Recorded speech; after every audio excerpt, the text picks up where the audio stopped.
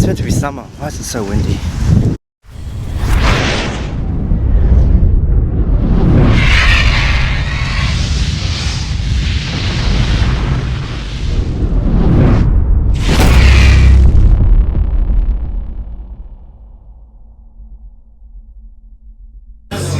Alright, so I've got a bench day today, but I probably won't film much of it at all. I might film my top set just to show you guys what I'm up to.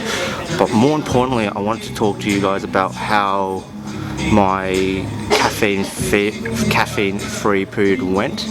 As you guys would know if you follow me on Instagram, I went 21 days without caffeine, and then I put caffeine back into my training, and things went pretty well, I have to say.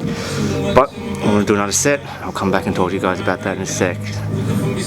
Anyway, so what I did was, as you probably know, 21 days, no caffeine at all, no tea, no coffee, no pre-workout, no whatever, no caffeine tablets, all that stuff. And then on 21st day, which was actually the day I was supposed to test some heavy-ish singles, like singles that just under my openers basically for my meet that was coming up.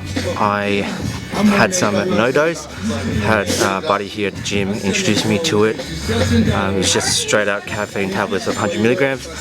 Main benefit of that was I was actually able to measure out and gauge exactly how much caffeine I had. I won't go into details of that in this video, but if you guys want to know, of course email me or contact me and I will discuss that with you in more detail. So, on time, throughout the time period when I had no caffeine, I didn't feel too bad, honestly. People say it's worse than you think, but it's not too bad. Like, if you're really caffeine dependent, I'm not caffeine dependent, but if you are, then you're most likely going to have a couple days where it's going to be pretty tough. You're not going to feel very good. You're going to feel a bit gluggy, simply because you're caffeine dependent. On the other hand, I probably felt bad for about maybe 2 days. It was just mainly because I was working full time, so you don't feel too hot at work for the first 1 or 2 days. But after that, honestly, I got over it. I did still have my regular like energy shakes and stuff, nothing with caffeine in it, obviously. So if you guys watched one of my previous videos, I was using a Bulk Nutrients pre-workout. It had no caffeine in it. I just used that because I really wanted some citrulline malate and some electrolytes in my body when I trained. I probably could have had the same effects from a Gatorade. But yeah, anyways, so that, trained as per normal, continued my program. Honestly, didn't feel too much worse than when I had caffeine in my training. I really thought that the caffeine really was maybe a 10% booster. A 10% booster on those days when you do have caffeine. And to be honest with you, if you're not training, at peak intensity or peak when you need peak performance, then I really don't think the caffeine was that necessary. Especially because I was doing a lot of volume. I was just ensuring that I worked out, got my numbers in.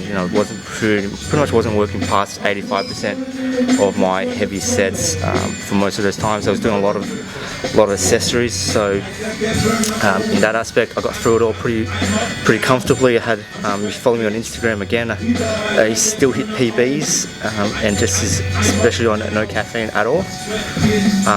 And then when I went back onto the caffeine was my test days, and honestly the caffeine helped. It really gave you that extra 10% that you need for those tough sets. And if you follow my Instagram, I had some really good sessions. Probably, I think the 3 sessions, I had caffeine for 3 days after I went off it for 21 days, and it felt great those days. I just felt like I was zoned in.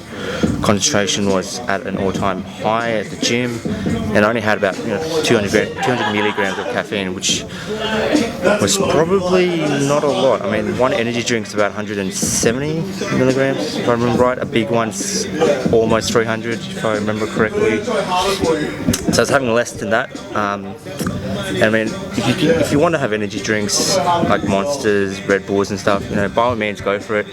There is a little bit of sugar in it. It's probably not the best for your health, but definitely, if you just want to use it for a little bit of a performance booster, then by all means. Anyway, so when I went back onto the caffeine, I felt like I didn't fatigue that quickly. That was one of the big benefits, and I would honestly say that the biggest benefit of it is that you have a lot of focus. And there's always a lot of people around in the gym. There's always a lot of things happening. Having caffeine, it helps you zone in just that much quicker. So when you're about to go do your heavy set, you're ready for it. Would I do it again? Yes, I'm actually going to do it right now. So pretty much when I go back to work tomorrow, I'm going to be off caffeine again, and then when I'm going for my peak weeks or when I'm about to have a meet again, I will go back on caffeine, simply because I kind of know how my body reacts to it now, and it's definitely a positive experience. I would definitely recommend all of you guys give it a go, just to see what happens. Try it out, maybe go 20 days or even 2 weeks, no caffeine, and then put caffeine on. I mean, it's good to stay, energized and all the time, but it's probably not overly good for your body to keep it in this turbocharged mode for too long. So yeah, try it out, let me know.